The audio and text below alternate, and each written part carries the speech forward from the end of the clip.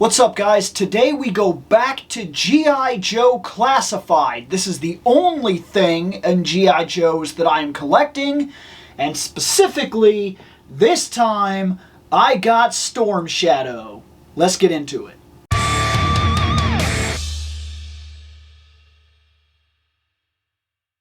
So G.I. Joe. Years and years and years I played G.I. Joe. Per se. Okay, so I've explained this before on the channel. I tended to stay in toys longer than I was probably supposed to, in all honesty. I remember reaching a point where just having toys wasn't necessarily enough, and then we turned it into like a tabletop where we took all the toys that we used to have and we made a tabletop game of it. And we ran basically a type of D&D campaign for a while, and it had rules and dice rolls and cards and all kinds of stuff like that that we had to do. And I can't remember how long I had reasons for toys having like a proper purpose, like something. I even used them for storytelling later on after I basically got out of playing.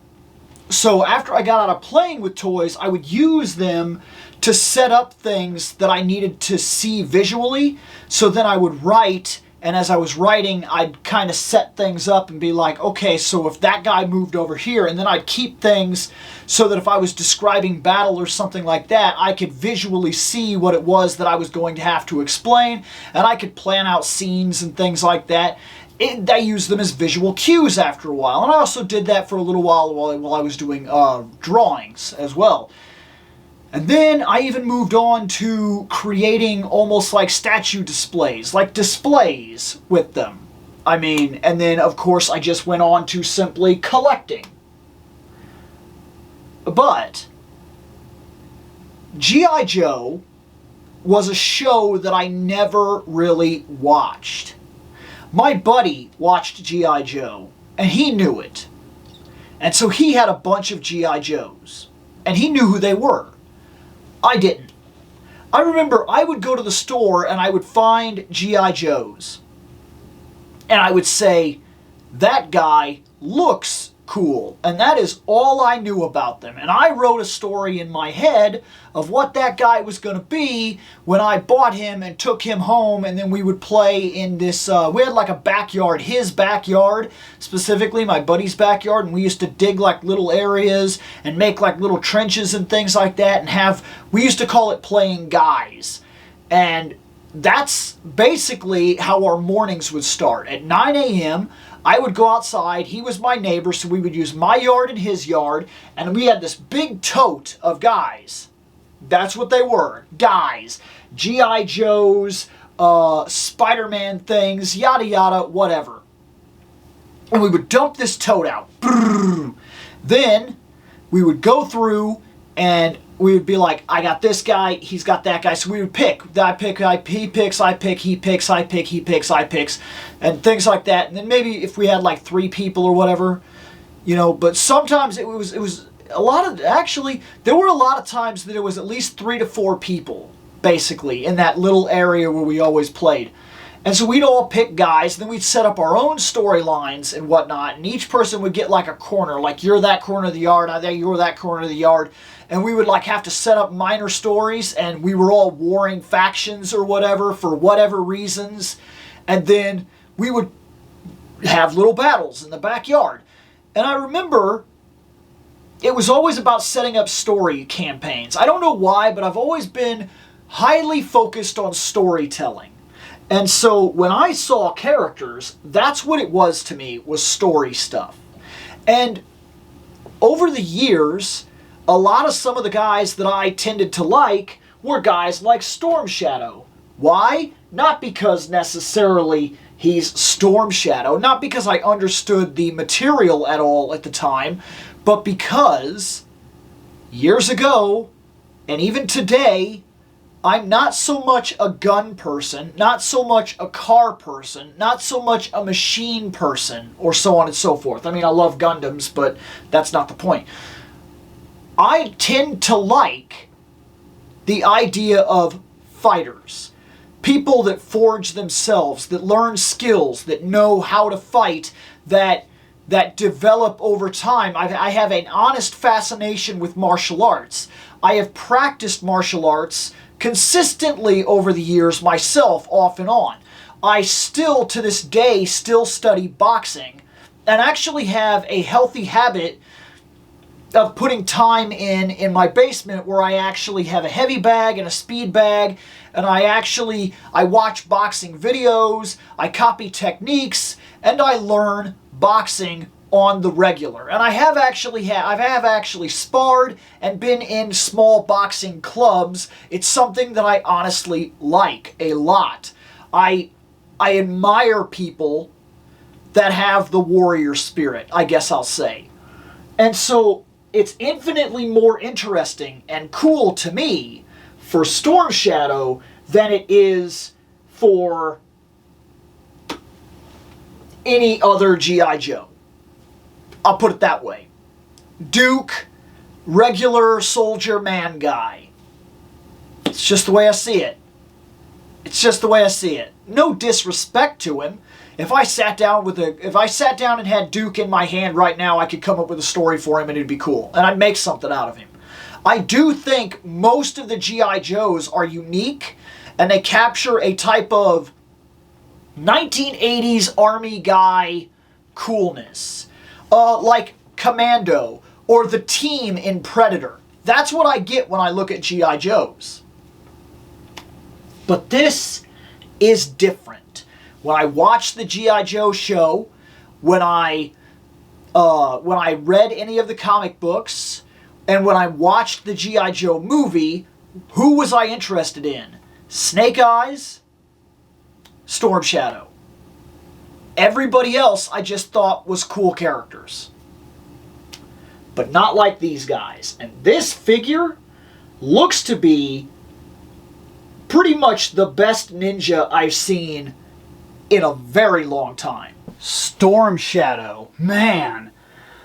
These boxes are fantastic, by the way. You gotta hand it to them when they do it the right way. And this was the right way. I really like this open window here that we get to see the figure very much. I know exactly what I'm buying before I even open it. That's absolutely fantastic. I can tell the details. I'm not going to be surprised like I was with Emma Frost, where what I saw on the box turned out to not be right. The side art, pretty cool. I wouldn't say I'm blown away by it. The back art is really fantastic, and I can't say that it necessarily gives me any ideas here about, say, goals and who to hunt down or something like that. In fact, my G.I. Joe collection from Classified so far is that I have Cobra Commander, I have Storm Shadow, Snake Eyes, I have Lady J, I have Scarlet, Baroness, and Jungle Recon. And that's it. And not to say that I don't want some other characters, but some characters are a little beyond my price range now because I didn't jump on them right when they came out, like Beachhead. So I'm hoping that as they release these classic cardback Joes for Classified series, some of these guys that I missed out on that jumped in price that I'm simply not going to be able to get without really laying down the cash, which I simply don't want to do right now, that is something that I'm willing to take lesser versions, we'll call it, of characters here and there. And the reason I call it lesser versions is because I did a video which actually covered her. So I talked about Lady J in both the retro cardback and the Classified regulars, and I talk about where the painting issues are and what's different and what works and what doesn't. And I compared the two versions and came out with the fact that if you can get Classified and you're very serious about these figures, the retro cardbacks are kind of lesser painted, lesser versions of the same figures. But since I did miss out on characters that I would have liked, like say Gung Ho, I will pick them up in the card series as they come out, and I think I'll be okay with that for some characters. I like how these are all numbered. So 35, you can very blatantly tell if you're trying to collect the entire series, if that's a thing that you want to do, you can easily do that, and you'll know exactly what you're missing by number. This is awesome because you can literally take a number like 35, and now you know if this is the latest one you bought and it's the highest number you know and you're looking to buy more of the series, you could track these down to convention, even though like one guy at the table, he'll have them sitting like this, or I've seen them at the table where they're like this and you can't really necessarily see who's in there, but that's 35, and if it's stacked across the line like this, you can easily go in and know exactly what it is that you're looking for and pick them up. And I just think that this is a very good idea box-wise. Let's open him. Okay, Storm Shadow. This is awesome. Okay? Like, his detail is fantastic. All these little details in his gloves, in the cloth, in his pants. Just, this is crazy. The amount of detail and sculpt work that is going into these classifieds is just mesmerizing. I mean, you could stare at this dude for literally hours. I mean, little bitty details. Look at his elbows, okay? Look at his elbows, and notice that he has elbow folds. I mean, what? Like, what? That is a crazy level of detail. Now, he comes with a lot of stuff, and I'm going to try to figure out how this stuff works. He comes with this, which is definitely part of his belt thing. So I think that it goes right here. So we're going to try to push that on there. Yeah, I'm guessing that I just got that right, because there it is, right? So I just got that, okay? So he's got that, which is a little bitty detail, which is pretty cool. He does have a hood. I'm not currently interested in the hood, but we could take this off, and then we could put the hood on, and that's pretty cool. He doesn't come with an extra head, but he comes with a hood.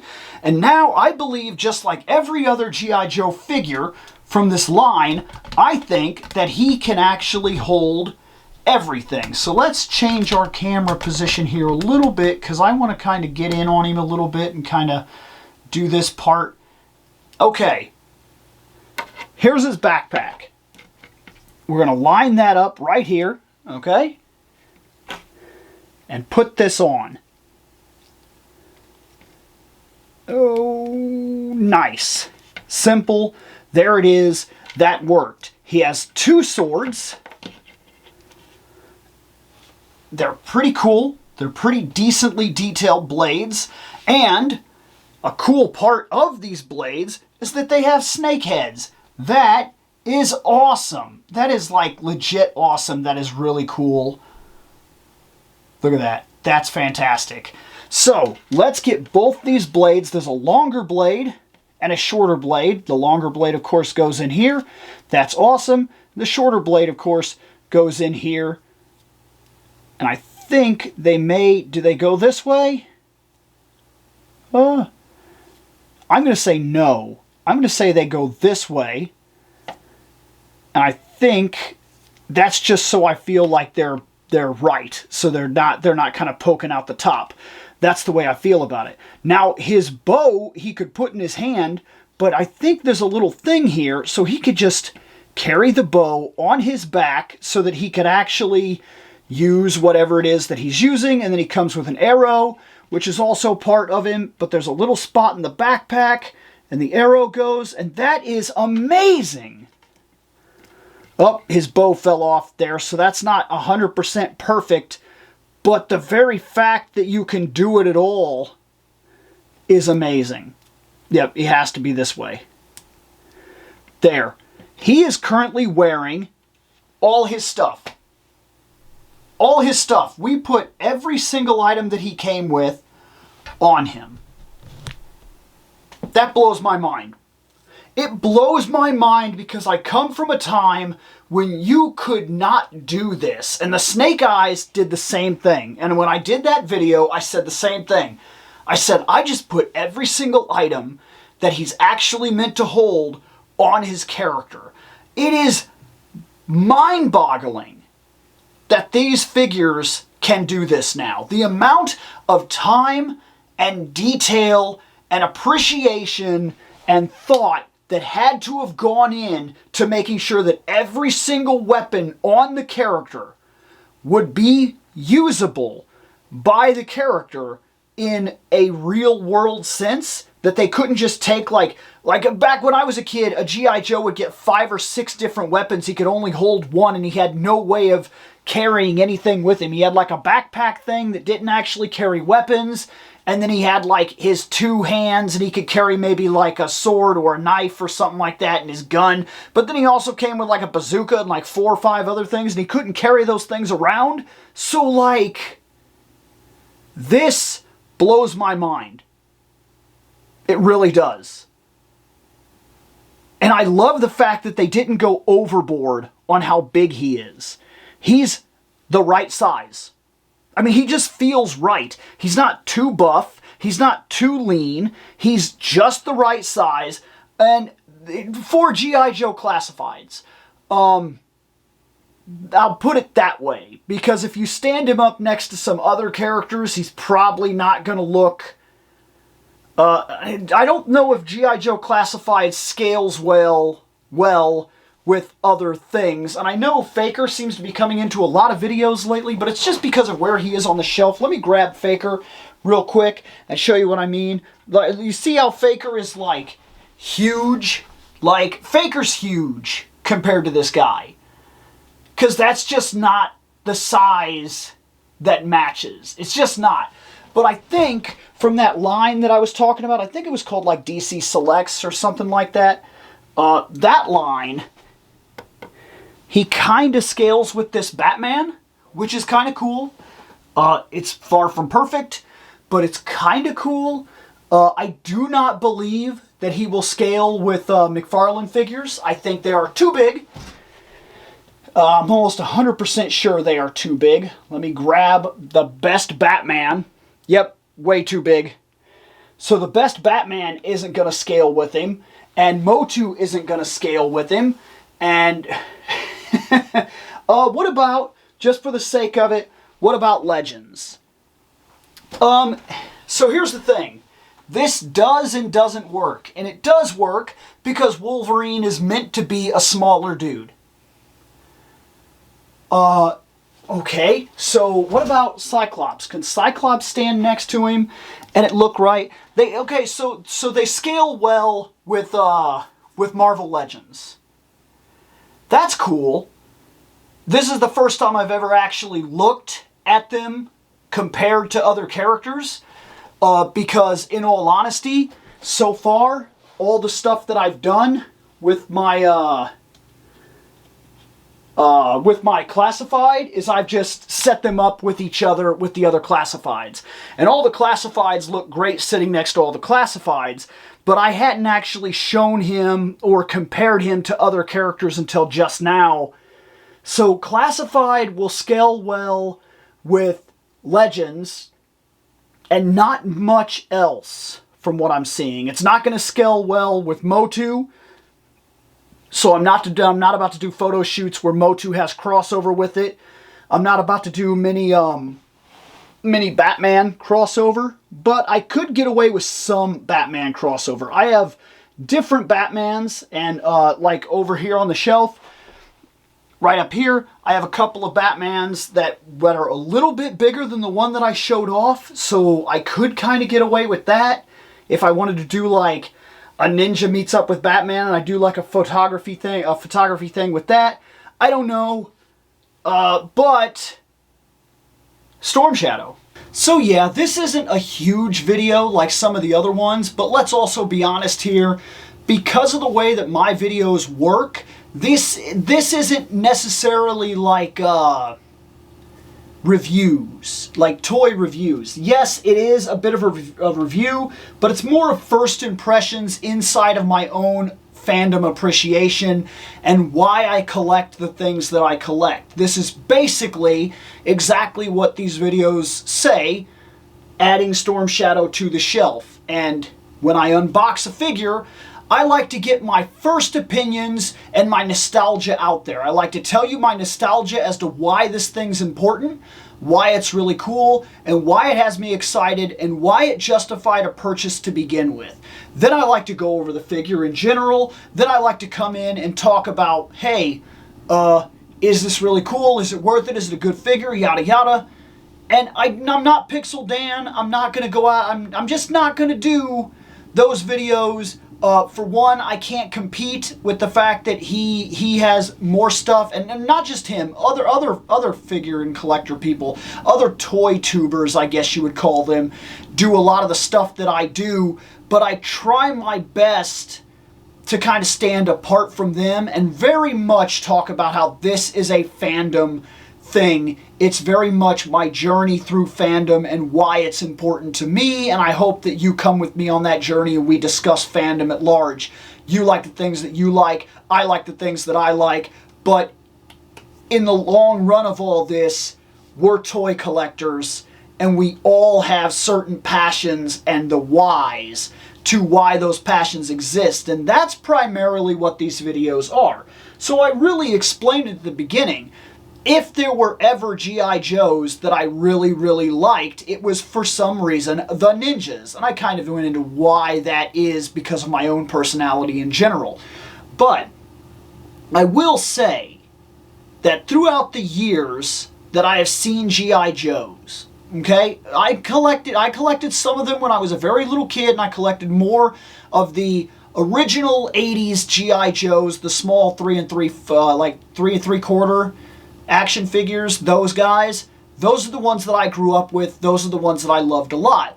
But not the ones that I would have went out of my way for today. I've seen them at conventions and said, nah, not interested. Not interested because they're simply, how do I put this? Some things that I'm really, really into, I'll bite the nostalgia and I'll get the retro. I'll say, oh man, I'm really into this. This is a really old toy. I kind of like the vibe of it being an old toy. Case in point, I really, really like Motu Origins. I think it's a fantastic line because it's trying very blatantly to be a 1980s original retro line reimagined for today with modern articulation. That I'm into. I would be into it also if the Teenage Mutant Ninja Turtles did the same thing. And the closest that I've ever come to that is Super 7 with the Teenage Mutant Ninja Turtle line that they're doing, the Ultimates. Those are the old toys reimagined today in a bigger scale with modern articulation, but still very true to what they were when they very first came out. That's fantastic to me. I love that. I have a couple collection goals for that line in general. G.I. Joe, however, does not hold enough nostalgia for me to jump on that bandwagon. I don't. It's just not me. It's just not me. So I passed on a lot of G.I. Joes for a long, long time. A lot of G.I. Joes over the years. And then I started seeing these classifieds, and I really liked them. But I bought Snake Eyes. That was it. Then I had this toy shop that I frequented a lot. And one day, I went there, and I had some extra money, and I was looking around, and I did want to buy something. I wanted to buy something. I didn't want to leave empty-handed. I'd already bought Snake Eyes, and there was like 5 or 6 of these G.I. Joes, and I didn't really see anything else necessarily that I wanted, when all of a sudden, it hit me. I was like, well, I have Snake Eyes. Snake Eyes, the little bit that I ever saw when I was growing up, and what I kind of put together was the Snake Eyes and Scarlet were not necessarily a love item. Maybe they were, but I knew that they were like close friends. I got that from a couple of the CG movies and things like that that I'd watched over the years, and I said to myself, having Scarlet would be a good idea. Scarlet, go with the Snake Eyes, it'll be cool. Bought Scarlet. The next thing I knew, I walked in the store and I saw Cobra Commander about a month or so later, and I said, yeah, that would be cool. And I bought Cobra Commander, and that was it for a very long time. Then, over time, watching some other collectors, and watching the line grow, I started to realize that the crafting of these things is fantastic. It's just fantastic. And so before I knew it, I bought the Baroness. I found the retro card back and I bought the Baroness. And then I bought Lady J, because those were the two that were out. And I opened them, and I loved the idea that they were very much like old figures. Like, I opened them like old figures, and they had the old card backs, and it just kind of brought me right back to my childhood, and it was cool. But the quality of the figure was fantastic. And then before I knew it, from that, I was like, oh, well, I've got those two. And then I was at a con, and I found the Lady J classified, and they were only asking $20, and I said, you know what would be cool? I want to see what the difference is between this and this. So I bought that Lady J, and now I've bought Storm Shadow. And aside from Storm Shadow, I also bought Jungle Recondo, and we're going to get into why I bought him when we unbox him. But yeah, before I knew it, I had a small little collection of G.I. Joe classifieds. And you know what? They are very, very solid figures. And I do have others that I think I'm legit interested in. So after we get done with the next unboxing for G.I. Joe, which will be Jungle Recondo, we will then do the first step in those videos that I've been talking about, the collection goal videos. And that is going to be when I specifically go over the entire collection of G.I. Joe Classified that I've put together so far, if it all stays on the shelf, or if I may have been buying into something that's premature, and then I will go into collection goals for that line, how I see it, and whether or not I want to continue collecting it, and if so, what I'm actively hunting. And that, I think, is the next major steps in the G.I. Joe Classified stuff that we'll talk about on this channel. But for now, added Storm Shadow to the shelf, and he is probably the coolest ninja on the shelf. That makes me curious as to how many other ninjas I necessarily have on the shelf. But he is probably the coolest. But then again, I have Snake Eyes, and I really like Snake Eyes a lot. But Snake Eyes follows more of like a commando look to me. Regardless, I could do this literally all day. I could talk toys all day at random. We're not going to do that. The video's already gone long enough on a video that I really don't have way too much to say. I'm going to get out of here. Take it easy, guys.